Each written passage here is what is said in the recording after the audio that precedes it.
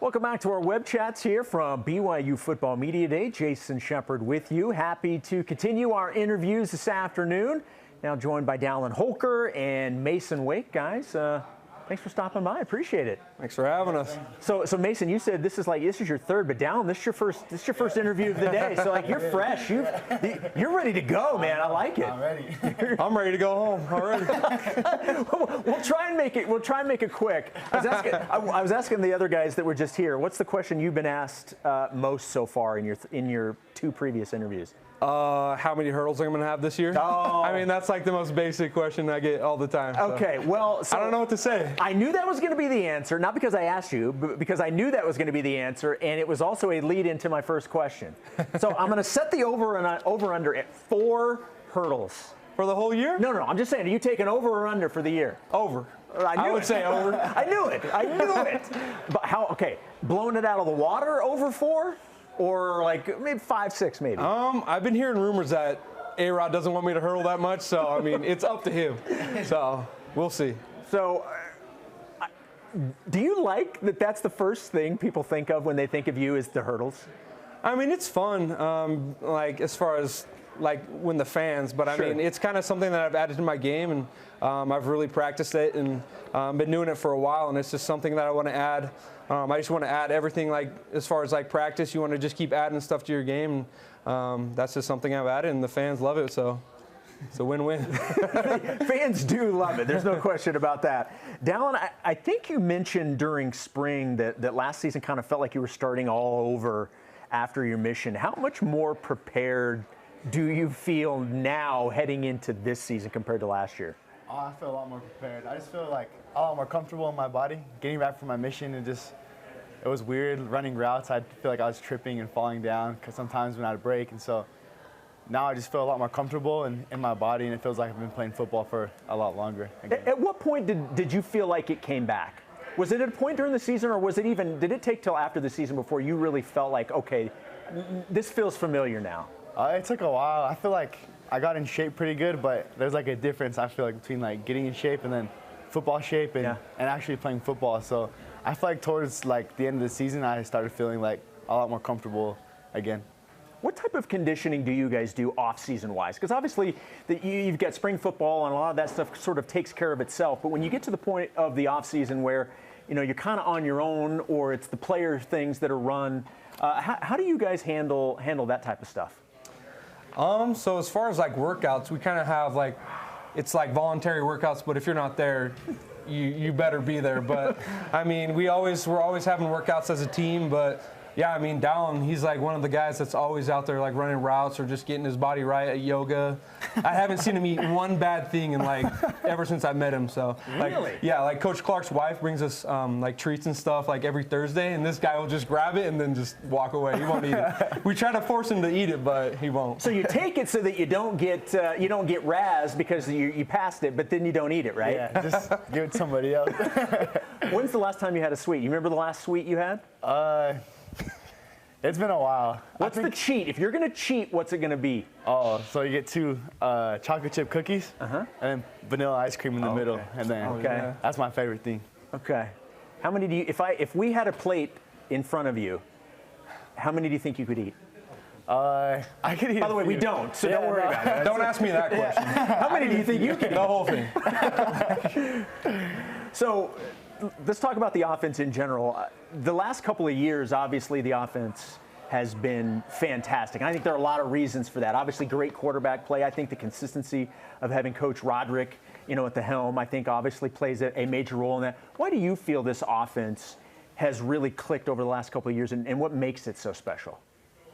You both can answer this one. For me, I'd say probably the trust that we have in each other and the leadership that we have, and having A-Rod at the helm, like you said, has been, I mean, just being able to look at his creativity and like just his brain that he has for football, it's kind of fun. And then I think as far as like a team collectively, I think it's just so easy to go out and play hard for Coach Kalani.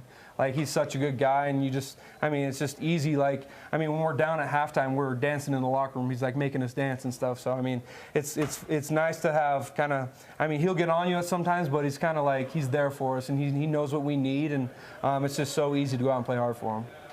What about you, Dallin? Yeah, I agree a lot with Mason said, with what he said, but also I feel like, honestly, we have a lot of dudes out there that are good. I mean, we have a lot of playmakers and guys who just go out there and ball out. Like we have like the last few years, and we do like on our team this year. So it's pretty fun when you get all those guys together and to see what you can do. Well, and the interesting part about what you just said, you know, it's fans and everything can look and say, look at how many weapons this team has.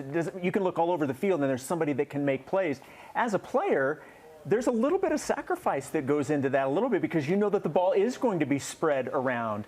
And how do you guys handle that, you know, taking that team aspect that, you know what, maybe today's not going to be my day in terms of catches or maybe carries, but it's the overall team success that's important. How do you guys handle that as players? I'd say from day one, it doesn't matter what position you are, you better learn how to block. And I think that kind of teaches us to be unselfish and being able to block for each other. I mean, you look at Keanu Hill. I mean, he's kind of like in the twos kind of range, and he got really like good playing time last year because he blocked. And he learned how to block, and he took that to heart. And I don't think anyone on the offense is. I mean, everyone wants the ball and stuff, but I mean, I think everyone wants to. I mean, you're just there for each other. You want to see others succeed, and I think Kalani does a good job of helping us with that. Dallin, I know that Isaac Rex said he expects to be ready to go and is feeling good. How would you describe the tight end position heading into the year? I mean, we just have a bunch of dudes in that room that are good. There's a lot of potential that we have in that room, and you know, we could go around everybody, and everybody could honestly contribute and play a big role. So we definitely have a stacked tight end room. Well, and look, and I was talking with the guys in the previous interview. You know, BYU is obviously known for quarterbacks and its offense that people talk about, but BYU has a long history of great linebacker play, and that's what we were talking about with those guys. Also has a really good history of tight ends. What makes being a BYU tight end so special? Because there's a lot of guys that you can point to that have had fantastic careers as tight ends here in Provo. Yeah, I think it's something that you kind of have to live up to because there's been so many great players here, and it's a great position at BYU. So you got to live up to the hype that position has and try to do what the dudes before you had done. What for you, Masen? I mean, tight end, fullback. I mean, you've kind of been used in a lot of different areas. What's the plan for you heading into this year in terms of where you may see the most playing time, or is it still going to be just sort of wherever they need you and you're kind of that hybrid player on offense? Yeah, I mean, I think that's just kind of what their idea is just plug me in wherever, and I want to be prepared to be able to put my hand in the ground and play sort of like the wing or even play fullback. And yeah, I mean, I just want to help out any way I can and be there for these guys whenever they need my help, and I'll go to them whenever I need help with like routes and stuff or like something like that. And I think our position group as a whole is we trust each other enough to go and ask them about that, like ask for help or do stuff like that. And I mean, I think it shows on the field how deep we are as a position group, and we're all ready to go out and play. Well, and you guys have been spoiled over the last couple of years. Zach Wilson, now Jaron Hall. What's Jaron like to play with? He's cool. He's a super humble dude, so he's a hard worker. So I mean, it's always fun to go out and play with dudes who are working and who will have your back out there on the field. Exactly. Yep. What's the chemistry like with you guys and Jaron? Because I've got to imagine, obviously you certainly work on that kind of stuff and you build that chemistry through practices and those kind of things. But how much of that just kind of happens throughout the course of practices and whatnot, where you just start to build a chemistry? What's that chemistry like with him? I mean, I feel like it builds every day just through little things like friendship even. Like, I remember when I first got here in April, I was pushing plates by myself, and then Jaron came out there with me. And so I think that, every memory that you have together, it kind of builds, a little bit more confidence, and it builds your relationship that you have. And then even doing a little bit extra, like going and running routes, you kind of, learn from each other and see what Jaron's thinking, and he sees what I'm thinking. So it's huge just to, do little things like that, and then you guys will just learn from each other. Masen, I'll start off with you on this question. Media Day is kind of like the last thing before fall camp starts. late July, early August. What's the next month look like for you? Do you have any big plans? You doing any vacations, or is it more just kind of get ready for the season? Yeah, I'd just say it's kind of just getting ready for the season. I think we get the first week off of July and then the last week, but I mean, then fall camp starts, and so I mean, you don't really have time to go. I mean, you want to be constantly doing stuff so you don't get out of shape. Like, you don't want to throw away all the work that you've done. And I'd just say, like, just lifting as a team and trying to get out and do PRPs as much as possible, and just being on the same page with their teammates, and just soaking up all the time we have until fall camp. So no vacation plans at all? You're not doing anything fun? I mean, I wish. Hopefully I can plan something soon, but but no plans currently? Nothing yet. All right, what about you, Dallin? You doing anything? What are you doing over the next month or so? Well, I get married this Saturday, so going to Mexico, I'm pretty excited about that.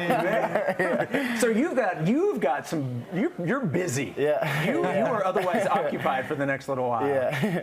So I'm excited about it, though. It's getting super close now. So, I mean, obviously, this is an opportunity. You can give a shout out to your fiance if you'd like. I mean, you can look into any of these cameras and say this could be something that this is your chance to kiss up if you'd like to say something to your fiance. I love you, Tay. Can't wait to marry you. So you said Saturday. Yeah, Saturday. So we're talking like in 3 days. Yeah, 3 days. Oh my goodness. Are you nervous? Not really. Yes, he is. I'm excited. I'm honestly excited. All right. Speaking of excitement, we'll wrap up with this. I'm asking all of the players today this last question to wrap things up. The theme of this year is obviously the last year of independence and heading into the Big 12 on a winning note.